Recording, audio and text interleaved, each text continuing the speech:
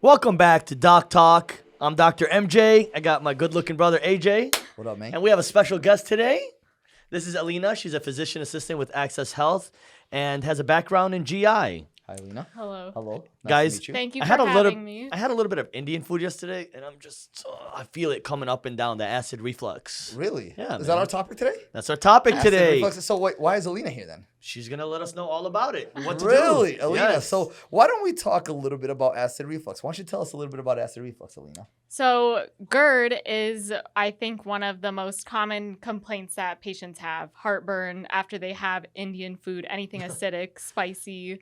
And a lot of it can be managed with lifestyle changes, and they don't realize that because the diet is a diet that we all have on a daily basis. So it makes it hard to treat with lifestyle modifications because patients don't want to avoid those things. They don't know. Also, some of them don't really know. Yeah. Like, I told somebody garlic is bad for acid reflux, and they're like, what? I love garlic. I'm Yeah. Italian. What am I supposed to do? Hey, Huh? forget about it. Forget about it. Hey, how you Exactly. doing? Okay, but let's be realistic though.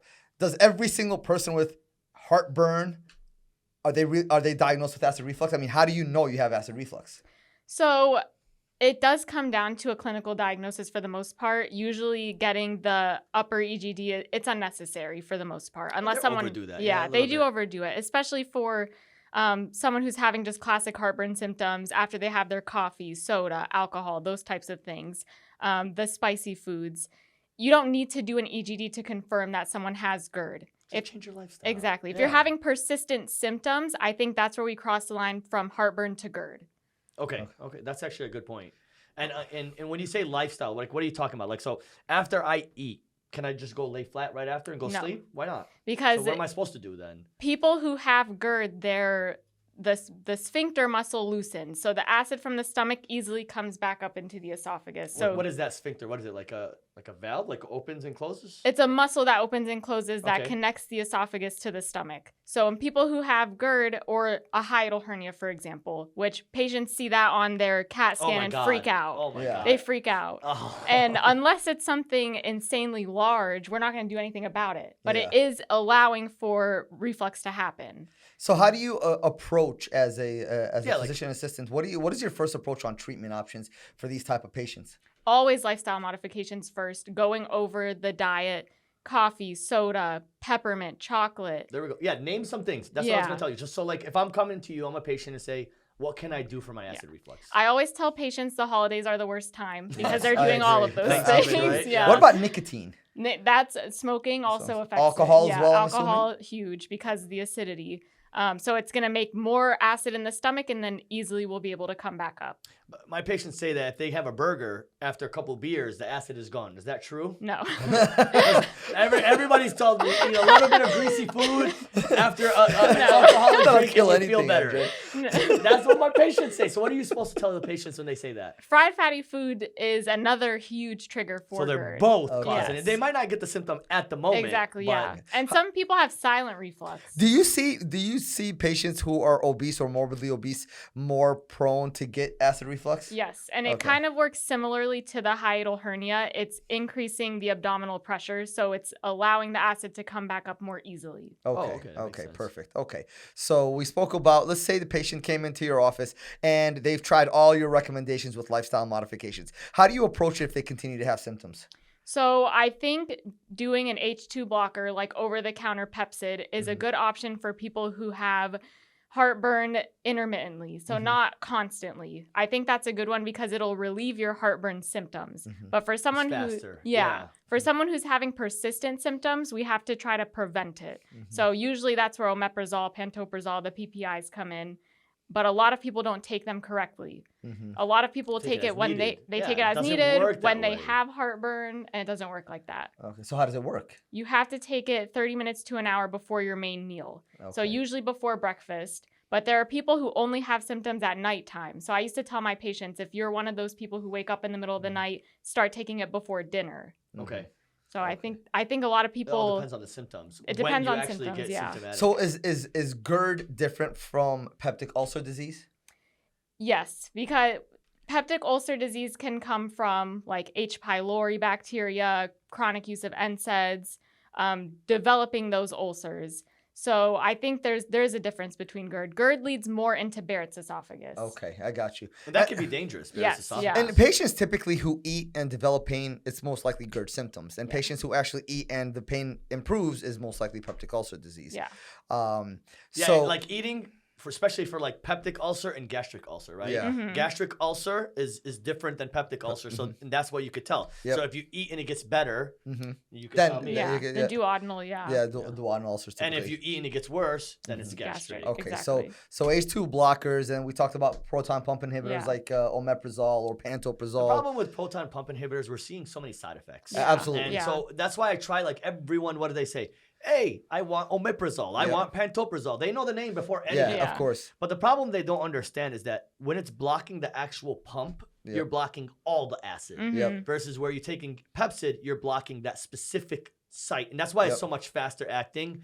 And using it as needed is fine if you're actually changing your diet. Yep. Yes. And so what we worry about is that if you don't change your diet, I have acid reflux, so I can tell you.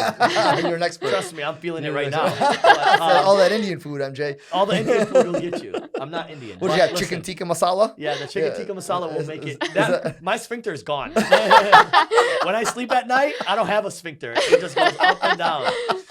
But I'm telling you, so if you can change your lifestyle, when we talk about lifestyle, we're talking about everything because Mhm. stress can cause it too. Yes. And exactly. people that have stress and have bad diet, that leads to ulcer, which can lead to cancer. I mean, it's just a bad way to go. Yeah. So if I come to you, I've tried the Pepcid, I've changed the lifestyle, then what do you jump into next? Is it Then the- we do the EGD. Okay, Yeah. the EGD. Mhm. And then if the EGD shows hiatal hernia, and which everyone comes to you with that, and shows a peptic ulcer, what are you going to do about that? So if someone comes in with an ulcer, or they have an EGD and it shows an ulcer, we typically will put them on the PPI currently. We'll just double it for 6 months. Okay. And then if their symptoms resolve, I don't think it's necessary to repeat an EGD, but if they're still having symptoms, we typically need to repeat They it. love the dilation. They always say Yes. that when they do the EGD with the dilation, Yeah. it just feels so much better. By the way, guys, make sure you run this by your primary care because there's interactions between medications with the omeprazole, with absolutely. Pepcid. Yeah. Make sure Absolutely. you talk to your primary care about that. That way they can put you on the right plan. Exactly. and Or guide you're a you. gastroenterologist as well, Yeah. if you've been referred to a gastroenterologist as And well. we usually try not to get them Yeah. to Yeah. where you were doing GI, so you understand better than anybody. Is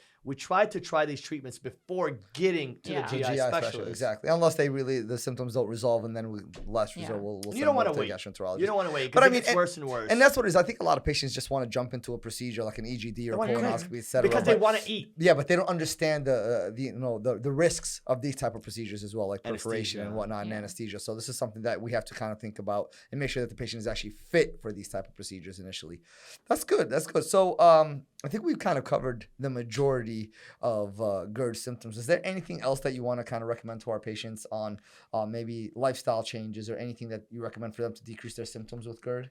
I think one of the biggest things I want people to know is GERD symptoms can mimic a heart attack. They can mimic an That's MI. very That's- important. Wow. So That's a lot key. of people end up in the ER with chest pain. It'll radiate to their arm Mhm. and they think they're having a heart attack Mhm. and they do cardiac workup and it ends up being GERD. Yep. And I think even if you're diagnosed with GERD, if you go home and a month later you have the same symptoms, you still need to go to the ER Yeah. because you could be overthinking and overlooking an MI. Yes, Oh, I that's agree. that's actually a great point because a lot of people have had heart attacks thinking it was GI Yeah. related, and then there's people that go to the emergency room every week because Yeah. of Yeah. because exactly of GERD, right? because of GERD. So that's why, and we talk about this in every podcast. Lifestyle modification is key. If you can change that first, which we Mhm. all have, you got Burger King, you got McDonald's, you got all the Indian Chick-fil-A. Chick-fil-A, all the extra sauce. Yeah. It doesn't Indian help. food. But the problem is that everyone assumes that red sauce is the only thing. Mhm. It's a They lot don't- of most yeah. people don't know peppermint. Yeah, Mhm. Most Most exactly. people don't know chocolate. Yeah. Alcohol, Yeah. smoking, Your coffee every Soda. morning. And I'm Coffee, talking to you that's chocolate. actually watching right now, eating chocolate, watching our podcast. Yes. Put the chocolate down and put that Coca-Cola down. Put the cigarette down. Because you are going to come to me and be started on omeprazole. And we don't want to do that. We prefer to change the lifestyle. I agree. Well, you know what, Alina, thank you so much for joining Thank us you for today. having me. Yes. It was a blast. You make us proud to have a Yes, PA on the thank team, you Thank for you. being on our team. We're Thank really you. excited to have you. Dr. MJ, it's always a pleasure, my man. Yes. All right. Thank you so much, ladies and gentlemen. We'll see you soon. Have a great night. Thanks.